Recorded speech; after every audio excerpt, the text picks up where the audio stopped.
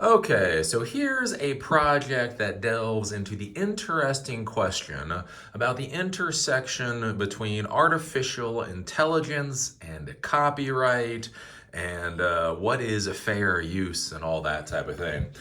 So I've created this little platform today. I hate to call it a platform, but basically what it does is it reads RSS feeds from Ars Technica, Gizmodo, Engadget, the whole nine yards. It goes through, it grabs the titles from the RSS feeds, it grabs the links from the RSS feeds, and it actually dumps that into a database, right? So it dumps it into the NoSQL database in the back end. Then what I have happen is I have OpenAI then goes and actually reads all of the articles that are pulled up in these RSS feeds, gives me a 100-word summary, and then gives me tags for these articles. So basically imagine this as kind of like an automatic RSS feeder or reader that literally has the AI read the article for you, pull out the most relevant information, and the whole nine yards. Basically when it goes through, it initially scans and grabs all the articles out of the RSS feeds, and then just as kind of a limiter, I only have it actually create these summaries once per essentially refresh, right? So how will AI affect authors? This was just brought in. So if I do a refresh, hopefully in a second it will go and it will dump out a summary for that particular post. It might do something else. Hey, this is what you get for like 2 or 3 hours. I actually brought in some other things. So 5 cool features and 1 weird thing you will find in Mac OS 14. So I just brought this in. It automatically gives us a summary, and it also automatically gives us tags. And so I think this is kind of interesting, like this whole question about the intersection of content online and then what is fair use in regards to using things like OpenAI, right? So basically with this, what I have going on, just so you understand, so we have the feed list, right? Gizmodo, Engadget, Ars Technica, and The Verge over here. We're using feed parser. I think it's called feed parser. We're using this particular Python module called feed parser. What we're then going through is we're going through and we're grabbing the RSS feeds from each one of these sites, and then we're pulling out the title and the link, and then we are saving that to the database. So whenever this runs, it reads all of these RSS feeds, grabs the title, grabs the link, dumps all that into the database, right? So all of those are grabbed at one time. If we go down here and we look at the main, the home function here, we see that the process feed function that runs, all the RSS feeds are grabbed, and then process AI is run. And we take a look at this particular function here.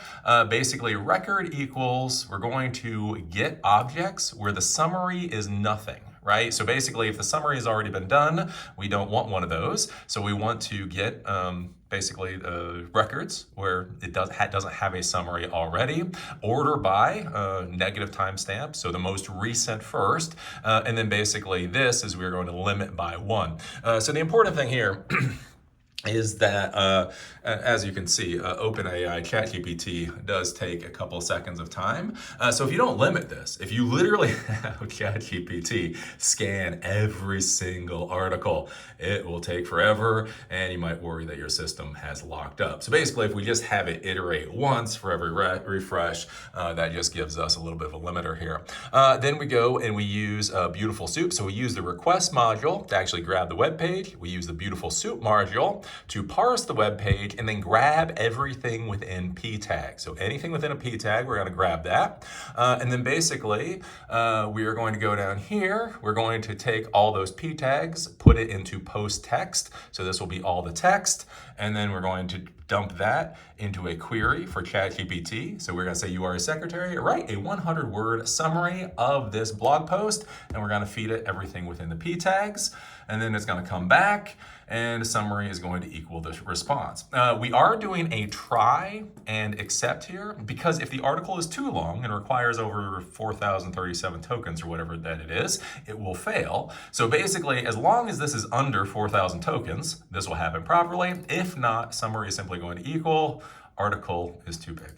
And I misspelled that, right? Then we come down here for the tags. We are going to try again. We're going to say format response as a Python list as item 1, 2, 3, 4.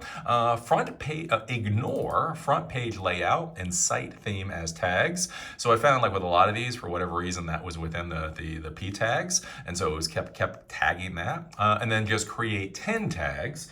So hopefully we only get 10 tags here, and then we're going to dump in the post text again. The response tag is going to equal the response. Since it comes back as a list, this is something we know how to deal with. So we're going to eliminate the bracket, and then we're going to eliminate the single quotation mark, because this list actually comes back as a string. So this is just an easy way to just turn it into a string that we know what to do with, except none. So right. And then what we're going to do here is record equals post object get record, the record ID. So whatever this record ID up here is, we want to get that particular record. Record.summary is going to equal the summary. Record.tag is going to equal the tag. And then we are going to save. And that is what gets us this beautiful thing. So now we can have our little open AI bot go out, scan all of the RSS feeds for these different sites, and get us this information. Which is kind of interesting. Again, if you haven't seen this before, if you haven't seen an RSS feed, I don't know how you haven't seen an RSS feed in this time period, we can go on Gizmodo, right? And so this is one of the important things to understand too, which is kind of interesting about this, is Gizmodo actually provides this. This isn't any weird parsing or whatever. This is called real simple syndication. And so again, this is all an easily parsable information. Title is Gizmodo, link for the overall site is gizmodo.com. Item, so each item is an article. We can get the title for the item, we can get the link for the item, we can get the description. We don't care about that. We're gonna have OpenAI do it. But all this is provided, and then once we can get those links, once we can strip these links out here, we can then have OpenAI follow those links to then pull in the information and get the summary. So there you go. This is the kind of stuff we do at Silicon Dojo. And again, some of the things to be thinking about in this modern world with fair use and all that kind of stuff. Because basically what they're trying to say, like what Ars Technica is trying to say, they're trying to say that this is illegal. They're trying to say you're not allowed to do this. But the problem is they provide the RSS, feed, they provide the website. So if I hired somebody, right? If I hired somebody in Bangladesh and paid them 25 cents to read an Ars Technica article and give me a summary with tags, supposedly that would be legal. Supposedly. Anyways, if on the other hand, I basically auto do this with OpenAI and a couple of Python modules, that's supposed to be illegal. Well, we've all been in the technology world for long enough.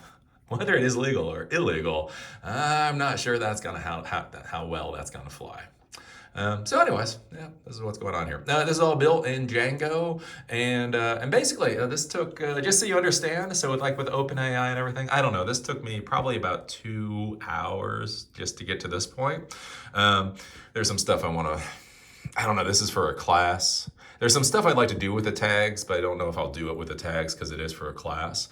But yeah, I mean, this is like 1 to 2 hours worth of work if you're hunting and pecking around to write out the code. It's all relatively simple. So anyways, if you like this type of content, please give us a thumbs up. If you don't like this type of content, please give us a thumbs up. Please share, subscribe, and do all that kind of stuff.